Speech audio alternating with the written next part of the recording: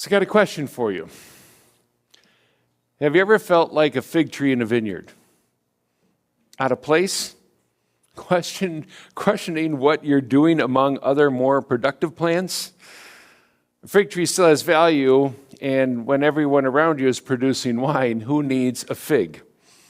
I assume the fig tree is a nuisance to the harvesting of grapes.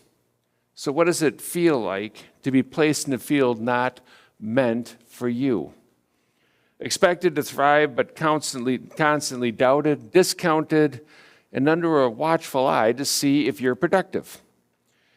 Doesn't take too much of an imagination to see how our current culture would handle such a dilemma. The command would be sent and adhered to and cut it down.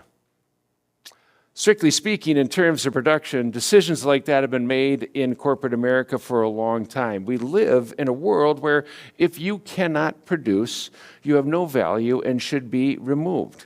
It's our answer to everything.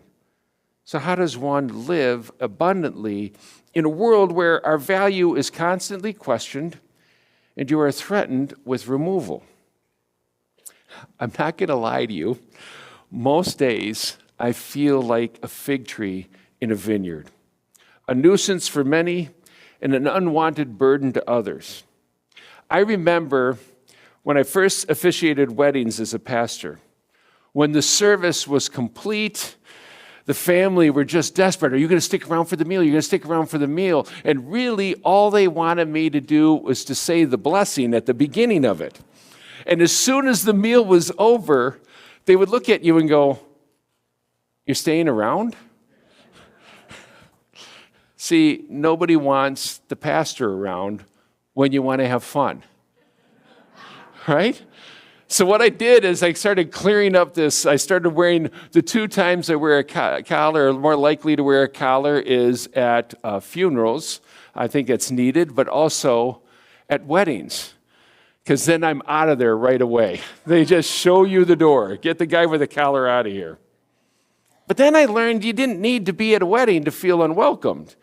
Fun and engaging conversations come to an abrupt end often when the person you're speaking to suddenly realizes you are a pastor.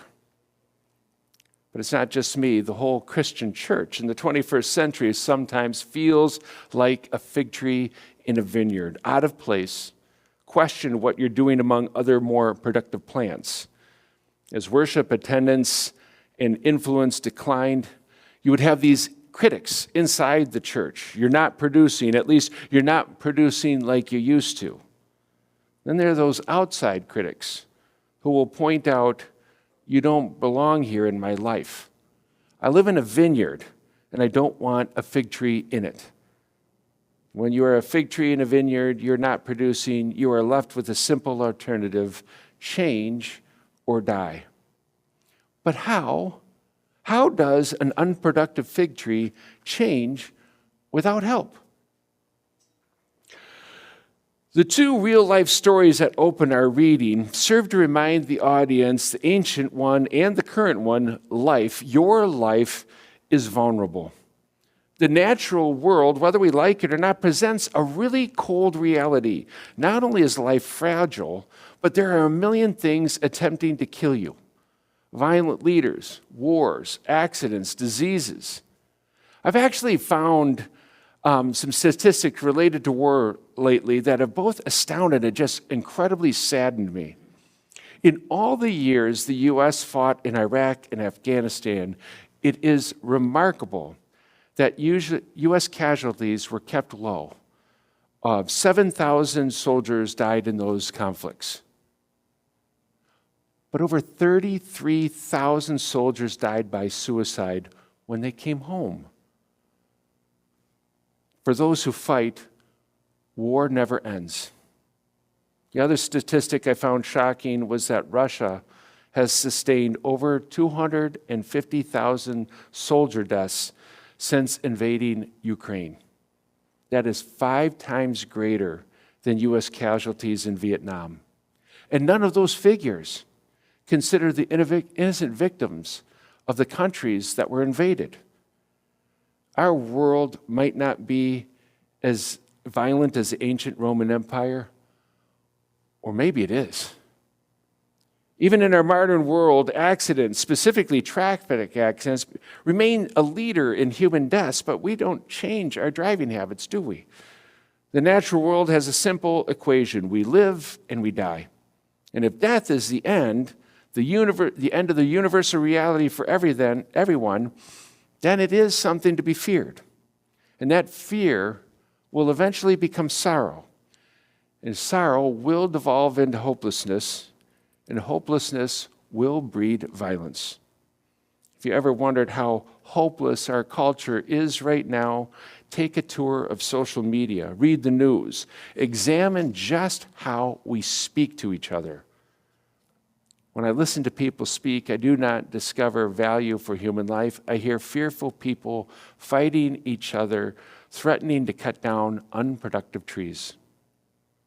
I don't know if you caught it in the reading, but Jesus has a strange response to both deaths, inflicted by Pilate and the falling of the tower. He basically says, "Changer, you die the same death." Now, what could possibly be meant by that? How could the Galileans who were killed change so Pilate would not kill them? Or how can the innocent people killed by a falling tower, how are they supposed to change?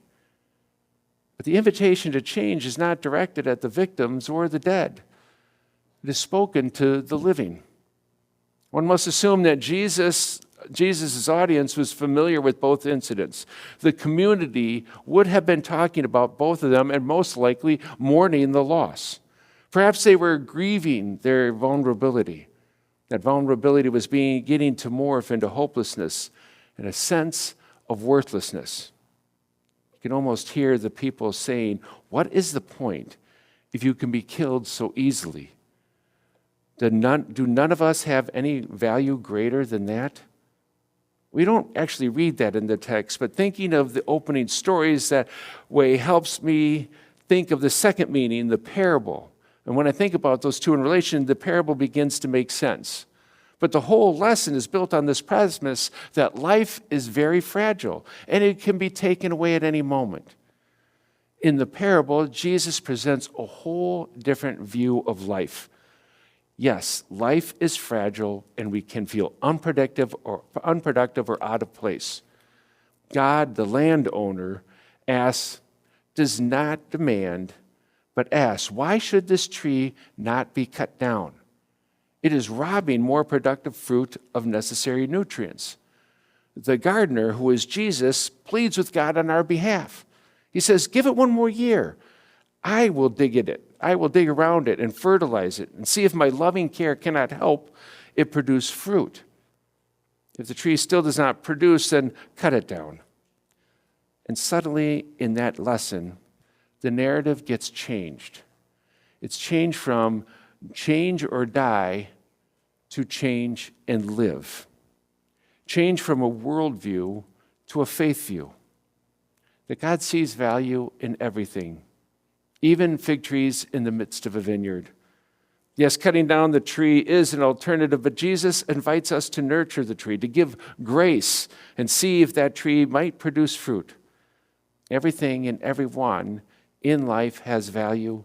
They are worthy of God's grace. Life is fragile and precious. At every stage of our existence, this is true. And God is the one who sees our value when we feel like a fig tree in a vineyard. God is the one through Jesus Christ who says, let's not cut it down like everyone else would. Let's give it a year to care for it, and let me give grace to this unproductive tree. I was reading a commentary by Matt Skinner, a theologian from Luther Seminary, and he discovered a question this lesson presents to each one of us. And I want you to think about this. What about you? How will you live the life you get to live? Do you see it as precious and holy?